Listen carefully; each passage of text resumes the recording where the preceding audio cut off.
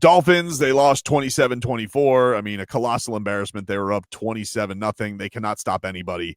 The backup running back, who did have 1,000 yards last year, but Chuba Hubbard was out, and the backup running back. But it doesn't matter. Like, honestly, you probably could put any running back there right now, and they're probably going for at least 100. This guy went for 2. He went for 2 on the Dolphins. They can't stop a nosebleed. It's really depressing watching them play defense. Running the ball, and it's up the middle. Yeah. Yeah, it's a tough watch. And it's unfortunate because that's where the young fella is. He's getting pushed around a little bit. Not because of his ability, but because he's not very technical. So until he learns how to use his hands and all of the techniques that go with that position, they're going to get hands on him and move him. Yeah. And we don't really and can't afford the time that it's taken him to develop, to be honest. And it's unfortunate. Yeah, it was so embarrassing. It was like Schleier that's on the broadcast. And he goes, I don't understand why they just run it to the right every time. And he was getting furious because every time that they didn't, he's like, I don't know what they're doing. They should just keep doing that. And every time they did, it was 18, 15, 18 yards. It was they were just getting gashed every single time. And then Bryce Young, who looked legitimately like the worst quarterback in the league to start the game. Yep. He looked terrified to be on the field. He gave up the football because Bradley Chubb was near him. Then he threw a terrible interception.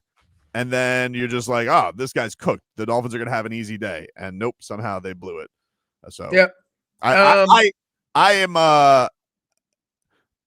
I'm pissed, but I'm just embarrassed. It's like embarrassing to watch the football team because you just feel helpless. Like they can't dictate anything on their terms on the game. They can't finish games. So it's here's what it looks like. And this happens a lot. This is not just a Mike McDaniel thing. There are a number of teams that script the first 10 to 15 plays. And those plays work well. And your team looks great. Right? And then the other team adjusts to that. And you don't have the complementary plays. Okay, what if this happens? What if that happens? Here's the twist we're going to put on those plays in those situations. And usually good offensive teams, it's very fluid. So you kind of have an idea of how you would defend it, and you have an adjustment ready to go. But it seems like they run their top 15 plays. It looks great. And then when it's time in pitching, it would be the third time through the lineup. Yeah. Somebody hyperventilates with a pitcher, right? Kind of that thing. That's what it's like watching it. That, okay, what are the adjustments? What, you know they're going to react to what we're doing. Let's have a counter. I was really shocked when Humphrey says they had Roland Tua out and they sat him back in the pocket. Right? It was very annoying. We were moving forward with this. But also it's like, God, how is Darren Waller already their second best weapon? Because he's tall. And by the way, this is not defending anybody. This is not anything. This is a 100% fact. Tua's ball he threw to Waddle. Waddle jumped yesterday. The timing on his jump was horrible. I'm not saying he would have caught it, but he could have got both hands on it. You talking about the one that got deflected? Yes, at the end of the game. Okay. When he jumped, when he got to the ball, he was on his way down.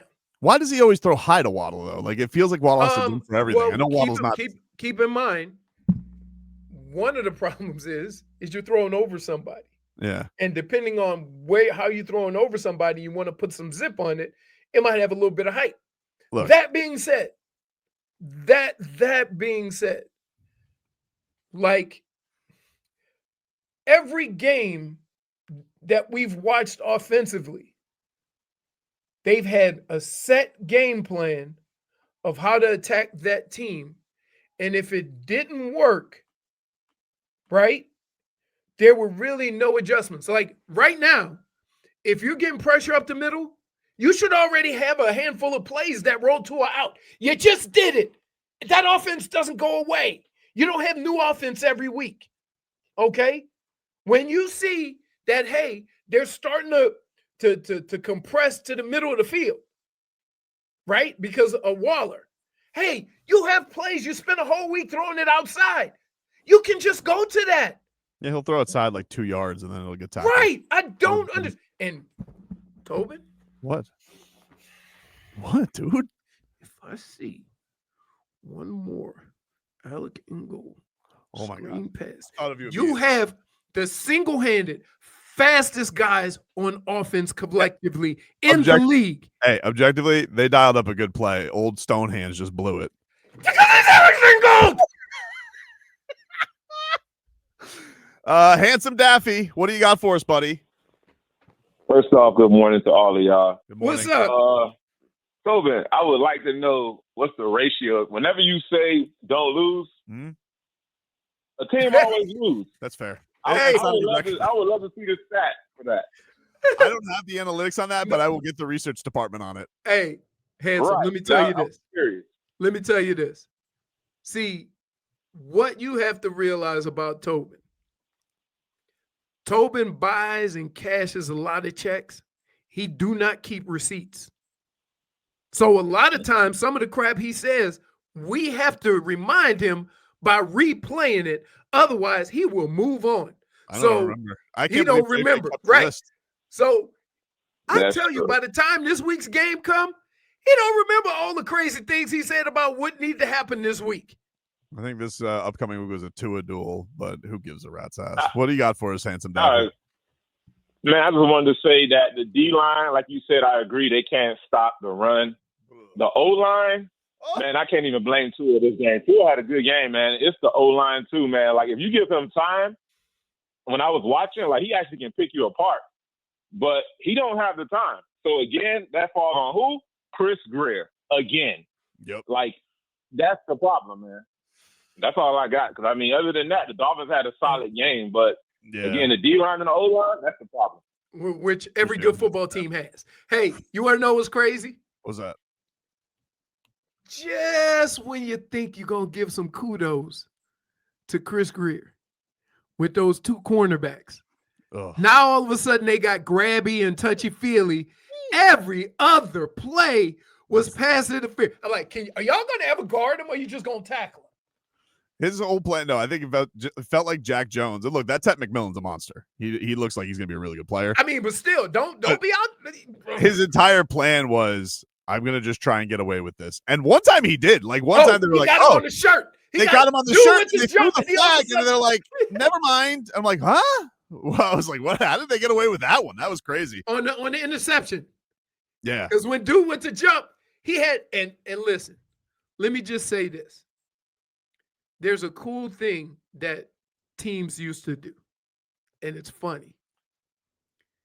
If you're a defender and you're playing at home, always wear white gloves. You know why? Because the other team is usually always wearing white, and then you can be a little grabby. What I noticed was dude had on a white T-shirt with white gloves. You can't see it. We'll get to the rest of your calls. I'll see you guys on hold. If you guys can maybe we got to just take a break. But first, got to tell you about the best dry cleaners in all of South Florida. That's our friends over at A&T Dry Cleaners. Hey, it's fall season. You got Halloween going on, costumes. Got to get them prepared for the parties. Maybe going to them fancy masquerade parties. You know, eyes wide shut style. I don't know. Holidays are coming on up. You got these What? Excuse me. You can just go as you. I'm a carnival barker. I'm a carnival barker. You got the holidays coming up. Maybe you got those autumn weddings. Have all your wardrobe looking right with A&T Dry Cleaners, Leroy. That's right. They've been around for over 40 years. They're family owned and run, and they keep it in the family. They can do same-day sewing. They have a seamstress on site. That's Ours Mother. So, look, you know you're going to get some nice family care. They service all of South Florida, Dade, Broward, and Southern Palm Beaches, and they can pick up and drop off your order. All you have to do is give Ara a call at 954-610-9383. That's 954-610-9383. Mention Tobin and Leroy. What you get? What do you get? 25 off your order. You mentioned Tobin and Leroy at A&T Dry Cleaners. So what do you got to lose? Again, call or text our today, 954-610-9. But I do have some people patiently on hold. I'm going to try and get to as many as I can. So I appreciate everybody. I know people want to get their points in on the Dolphins stinking up the joint. TJ, what's up, man? Hey, what's up, guys? Just loving the therapy this morning. You guys really bring it. Poor Dan Day yesterday. God bless him. He had to go through that. I appreciate him too, man. And listen, fans, listen. The one thing we never talk about, and you guys do talk about it, is accountability. And this Dolphins organization really has not fronted the fans in any such way with any such accountability. I never, ever hear Chris Greer's voice but a couple times in the last 4 years. I never hear any statements or anything come out of ownership of, listen, we're working things, we're doing things, we're trying to move to a positive direction. You hear none of that.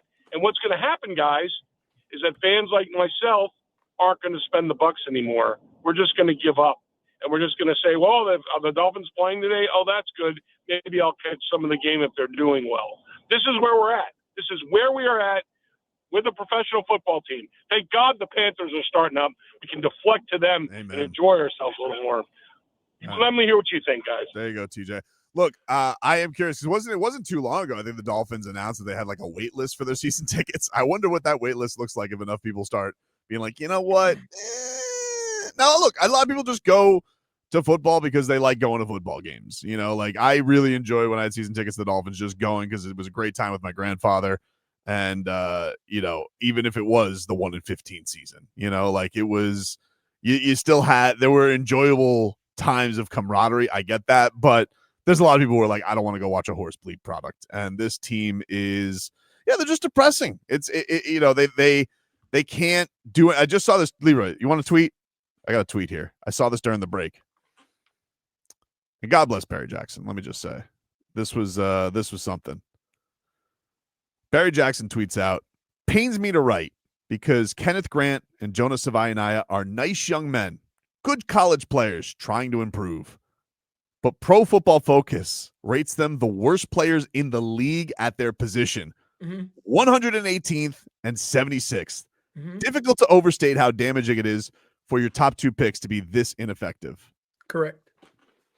Not and even there is that. Absolutely The worst.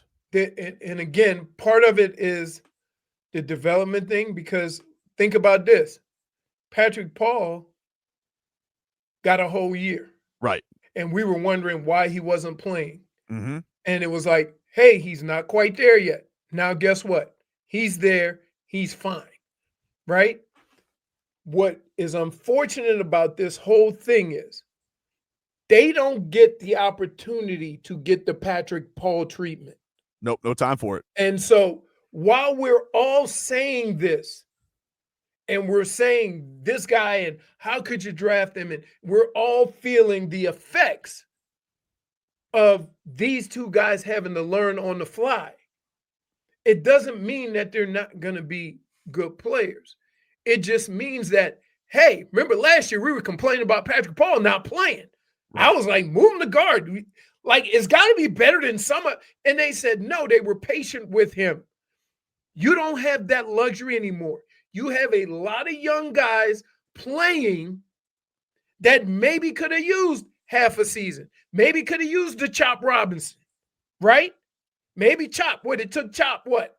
He was playing sparingly and then was thrust in the position to have to play consistently.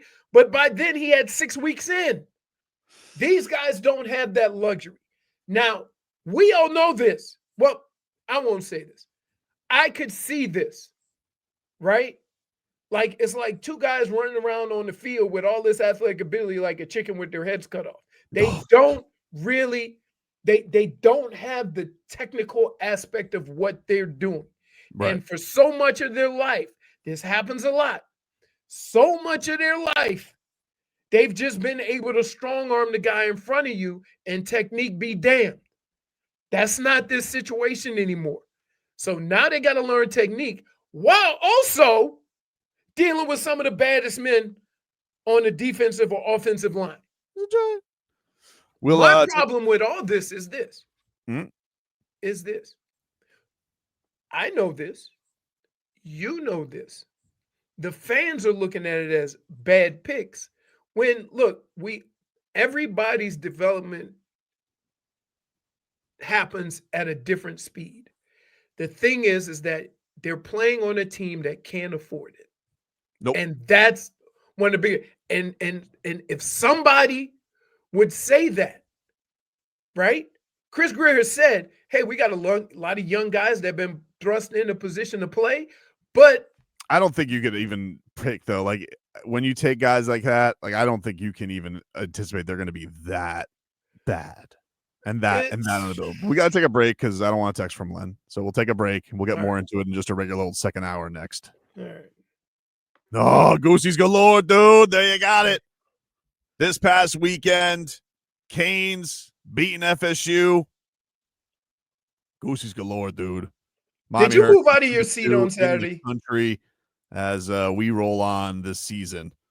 And get to our headlines. Brought to you by Doral Hyundai, home of the Pricito, our lowest price. Visit us at Doral Hyundai or DoralHyundai.com.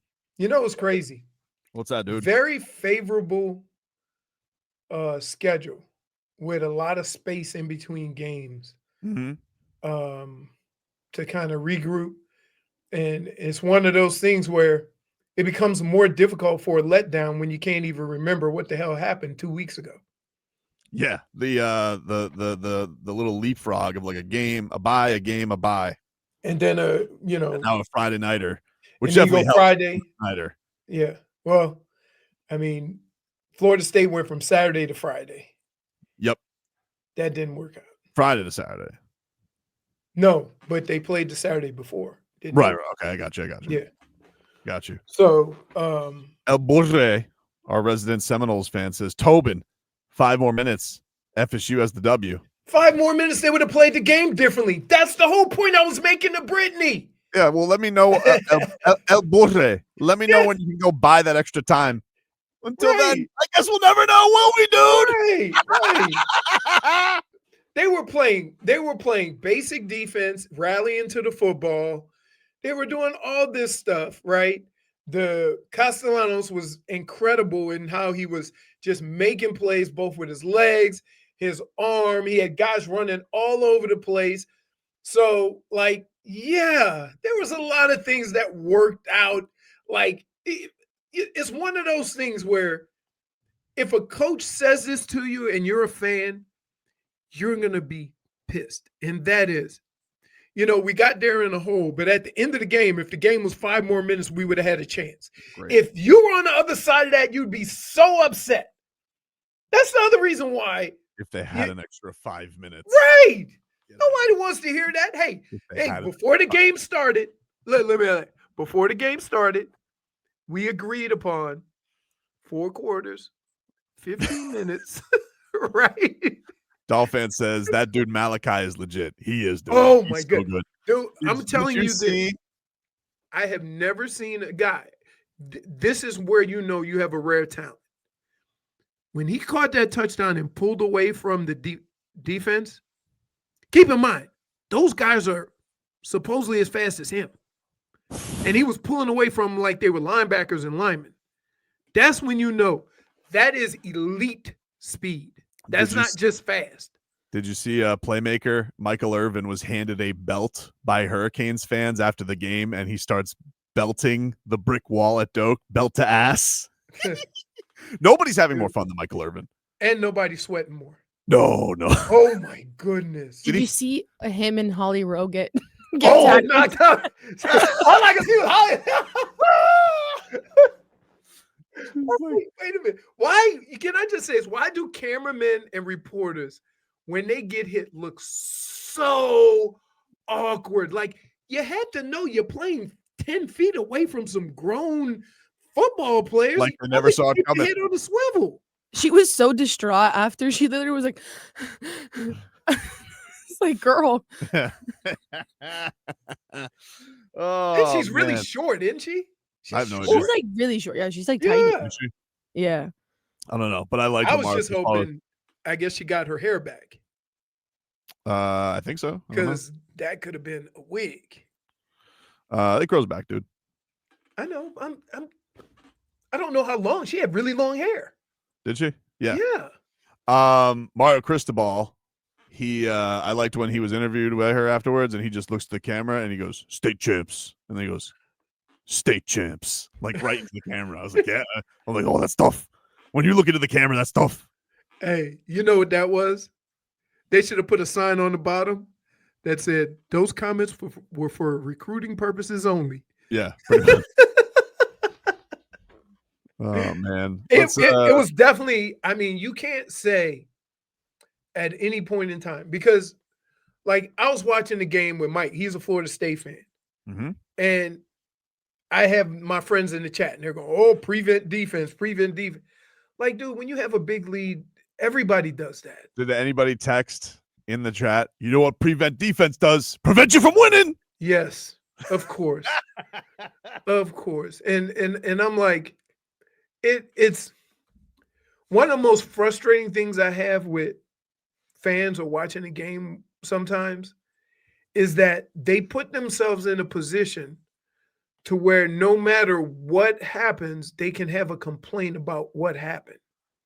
You see what I'm saying? So so Brittany, the reason why I always, because that's like something I hear all the time, and I'm like, if he would have dropped back and it was a strip sack and a fumble, now you could say, why wouldn't you just run the clock out and keep the clock running?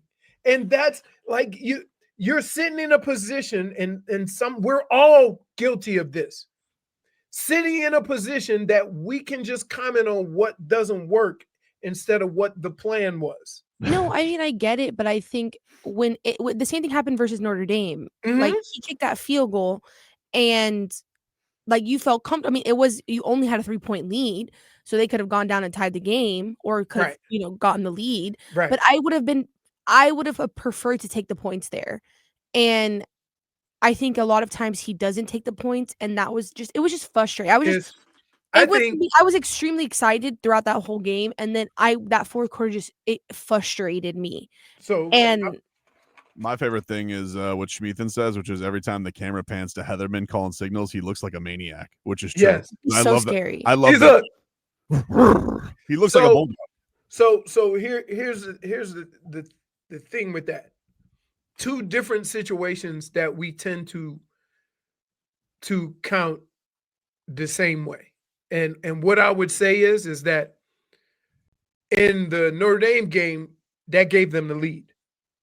So fourth down, and in fact, who just got in trouble for that?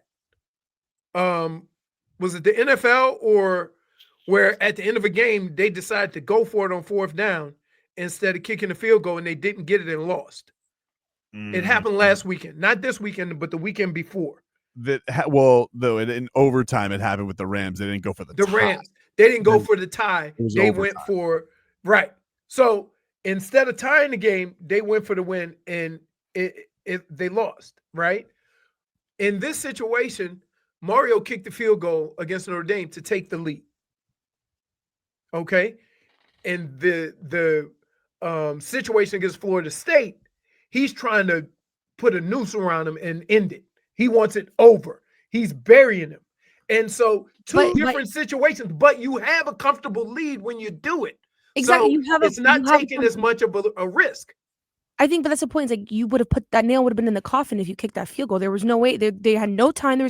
They still had enough time to make a little bit of a stink. Then they drive down the field and you kick the field goal super fast. And then that was momentum. Like, right. And then you get the onside kick, and that onside kick was. How happy were the gamblers they didn't go for the touchdown there? Oh, right. But you're running, and on the other side, I bet your Florida State fans were like, why didn't you try to score? Because you got to score twice anyway. So if you realize you're getting a rut, just kick the field goal and go try onside kick. Well, they did that stupid wacky onside kick 3 times. It didn't work the first time, even close. The second time it almost did work. Exactly. That's like, and then the third time didn't work because would you believe we practiced that? We like the hands team. The hands team. We'll have a period where we just line up. It'll be like only like 6 guys who are ever going to be in a position. You line up and you try to catch onside kicks from a kicker. And you'd be amazed at how many of those the guy goes to run and get and boom, boom, bounce it. Oh my God. It's so hard because you can't control how that ball's going to go. And when we see it, sometimes you see it, and usually when it's recovered is when it just rolls on the ground. It doesn't get that bounce. And the guys on offense on the receiving end are like, it's going to bounce. It's going to bounce. It's going to bounce.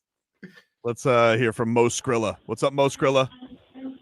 Oh, man. Why y'all do me like this? Why y'all do me like this, man? I wait to talk to you guys. Good morning. Wait to talk to you guys. And then y'all start off with Florida State. I thought we was over that. You know. It just happened. And I like, oh, man. I was so ready to vent against the Dolphins, man. I don't want to go back and revenge against Florida State. Hey, go ahead. Mo, go ahead. Do your thing, man. Listen, this is a la carte. Yeah, you come here, look, you can grieve with us. You can be happy with us. You can come with your own complaints, your own issues. We're here for it all. Well, I want to say this one thing. It was a good game. You know, baby Tyreek killed us. But he's good. He's good. Baby Tyreek is real good. He's fast. You know, you can do. You can't defend pure speed. That's pure speed. But Norvell, that onside kick he did 3 times. Get it out of here! That was so stupid, man. He was really proud of that. Laying the ball on the ground to kick it, to get an onside kick. I like the one when you kick and the ball like just jump up, and then the player try to get it. That's better.